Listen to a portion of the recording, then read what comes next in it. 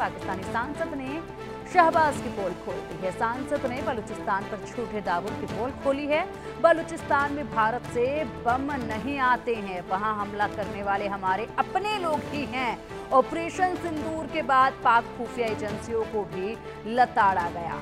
अब देखिए किस तरीके से यहाँ पर पाकिस्तान की जो पोल है वो पाकिस्तान के ही सांसद खोलते नजर आ रहे हैं। शहबाज शरीफ जिस तरीके से लगातार एक के बाद एक इल्जाम लगाता है भारत पर, एक के बाद एक झूठ बोलता रहता है और ऐसे में अपनी तमाम हरकतों से वो पूरी तरीके से इनकार करता रहता है, उसके बाद उसी के सांसद जो हैं उसकी एकाएक कर पोल जो है वो खोलते नजर आए हैं। अब एक बार फिर से पाकिस्तानी सांसद ने कहा कि बलूचिस्तान पर झूठे दावे की पोल खोलते हुए बलूचिस्तान में भारत से बम नहीं आते हैं, वहां हमला करने वाले हमारे अपने ही लोग हैं। ऑपरेशन सिंदूर के बाद पाक खुफिया एजेंसियों को भी लताड़ा गया है, जो हिंदुस्तान की खुफिया एजेंसियों पर सवाल उठा रहे थे। ऐसे में अब देखिए किस तरीके से इनकी एजेंसियों पर यहाँ पर लताड़ पड़ी है, डांट पड़ी है। सुरक्षा एजेंसियों पर हिंदुस्तान की जिस तरीके से ये लोग सवाल उठा रहे थे कि कहाँ हैं आपकी एजेंसियां जिन्होंने यहाँ पर पहलगाम पर निगरानी नहीं बनाई थी, अब वहीं पर आपस में एक दूसरे को ये लताड़ते सुनाई दे रहे हैं। अब चलिए इसी पर अधिक जानकारी के लिए हमारे साथ हमारे खास मेहमान जुड़ चुके हैं, defence expert retired major general Anuj Mathur ji का रुख करेंगे। सर बहुत स्वागत है आपका इंडिया न्यूज पर। पाकिस्तान की पोल पट्टी खोलने की शायद मुझे नहीं लगता कि किसी और को ज्यादा आवश्यकता है, क्योंकि वहीं के जो सांसद है तमाम वो लगातार शहबाज शरीफ को उसकी हकीकत से रूबरू कराते रहते हैं। ऐसे में बलूचिस्तान में जिस तरीके से बलूचिस्तान में जो बम पहुंच रहे हैं, लड़ाके जो लड़ाई लड़ रहे हैं, इसको लेकर हिंदुस्तान पर आरोप बार बार जो है वो लगाए गए हैं। लेकिन अब वहीं के सांसद ने कह दिया है कि जो बलूचिस्तान में बम आ रहे हैं वो हिंदुस्तान से नहीं बल्कि वो हमारे ही लोग हैं वहां पर जो लड़ाई लड़ रहे हैं। देखिए ये बिल्कुल सही बात है। ये बात हम भारतवर्ष हमेशा से कहता रहा है कि हमारा कोई इसमें हाथ नहीं है। देखिए ये बलूचिस्तान की जो समस्या है ये सालों पुरानी समस्या है और ये पाकिस्तान की अपनी समस्या है, क्योंकि बलूचिस्तान कभी भी पाकिस्तान का हिस्सा उन्होंने अपने आप को नहीं माना। और बलूचिस्तान जो है वो लगातार शुरू से लेकर के अभी तक देखिए इनके खिलाफ आवाज उठाते रहे।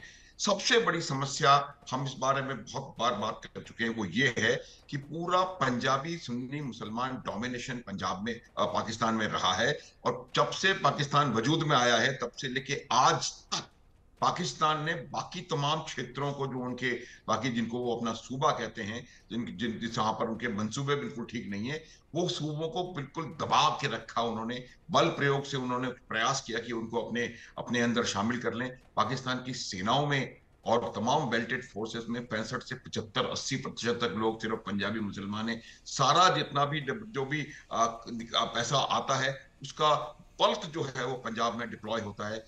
जो आप बाकी सूबों में, चाहे वो सिंध हो, चाहे बलूचिस्तान हो, चाहे खैबर पख्तूनख्वा हो या पीओजे के हो, वहां के लोगों को उनका ड्यू नहीं मिल रहा है। छोटा सा उदाहरण दूंगा, पीओजे के में नीलम रिवर या जो किशन गंगा है उस रिवर के ऊपर मंगला डैम बनाया हुआ है। मंगला डैम से बिजली बनती है, वो बिजली निकल करके पूरी पंजाब में चली जाती है और वो बिजली जाने के बनने के बाद वापस आती है और 5-6 गुना दामों में वहां के लोगों को मिलती है। तो ये जिस प्रकार से उन्होंने पूरा दबाव उनके बना के रखा था, इसलिए बलूचिस्तान और इनफैक्ट हर जगह से अब अलग होने की आवाज उठ रही है। और ये जो है पूरी तरह से इंडिजिनस इनकी मूवमेंट है, इसमें किसी का भी बाहर वाले का हाथ नहीं है। हम भारत की ही बात नहीं कर रहे हैं, वहां पर ईरान का भी कोई हाथ नहीं है, अफगानिस्तान का भी कोई हाथ नहीं है। ये बिल्कुल बलोच लोग हैं और ये बलोचों की अपनी डिमांड है कि वो एक अलग बलोचिस्तान राष्ट्र बनाना चाहते हैं। और मुझे ऐसा लग रहा है कि आने वाले समय में ये कहीं ना कहीं संभव होता नजर आ रहा है,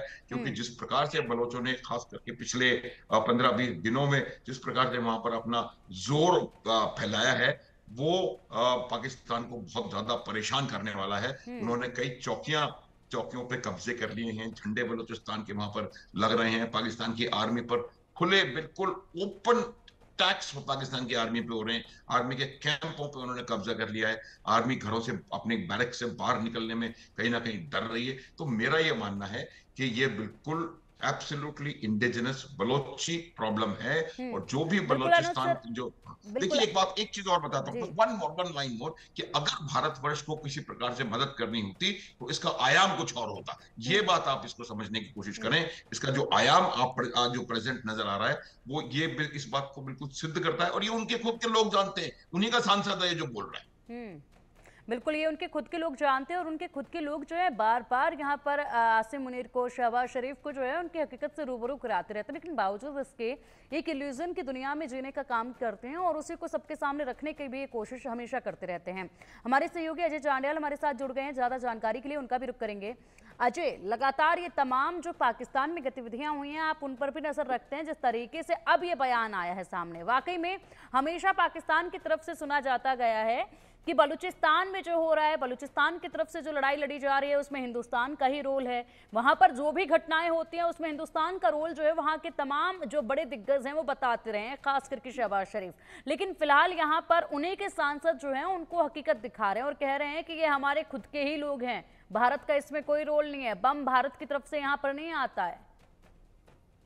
पिंकी, एक चीज को समझना होगा कि पाकिस्तान, आप सोचिए, पिछले कई सालों से और खासतौर पे जब से शहबाज शरीफ की सरकार बनी है तब से, पहले इमरान खान का सत्ता पलट हुआ, उसके बाद शहबाज शरीफ जो है वो एक सरकार में आ गए समर्थन के साथ।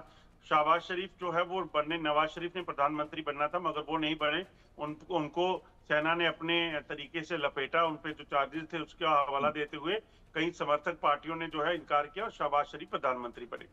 शहबाज शरीफ को लगातार सवाल पहले ही उठ रहे थे, उनके जो अपने साथी जो समर्थन देकर सरकार बनाए हुए हैं उन्होंने कई सवाल उठाए थे, मगर उससे सवाल उठाने के साथ साथ जब ये बीएलए का सिलसिला शुरू हुआ, टीटीपी के हमले शुरू हुए, पीओके में प्रदर्शन शुरू हुए, गिलगित बल्तिस्तान में हालत बुरी हुई, और अब जब भारत ने वहां जाकर जो कार्रवाई की, आतंकी ठिकानों को ध्वस्त किया, वो ठिकाने जो पिछले 3.5 दशक से वहां चल रहे थे, हाफिज सईद हो, मसूद अजहर हो, बाकी तमाम हो, ये तब जब उनके ठिकाने ध्वस्त हुए तो उनके पाकिस्तान के पास और क्या चाह रहा था? पाकिस्तान सिर्फ और सिर्फ भारत पर इल्जाम लगा सकता था, भारत पर आतंकी ठिकानों पर कार्रवाई की बात की, मगर उसके साथ साथ कहा पाकिस्तान ने आसान तरीका सोचा, फौज ने, क्योंकि बात अपने पे आ रही थी कि ट्रेनें हाईजैक हो रही हैं, बसेस पे अटैक हो रहे हैं, हर रोज 100, 150, 200 लोग मारे जा रहे हैं सेना के, तो उससे सबसे सस्ता काम उनको जो हो पकड़ पा सकते थे,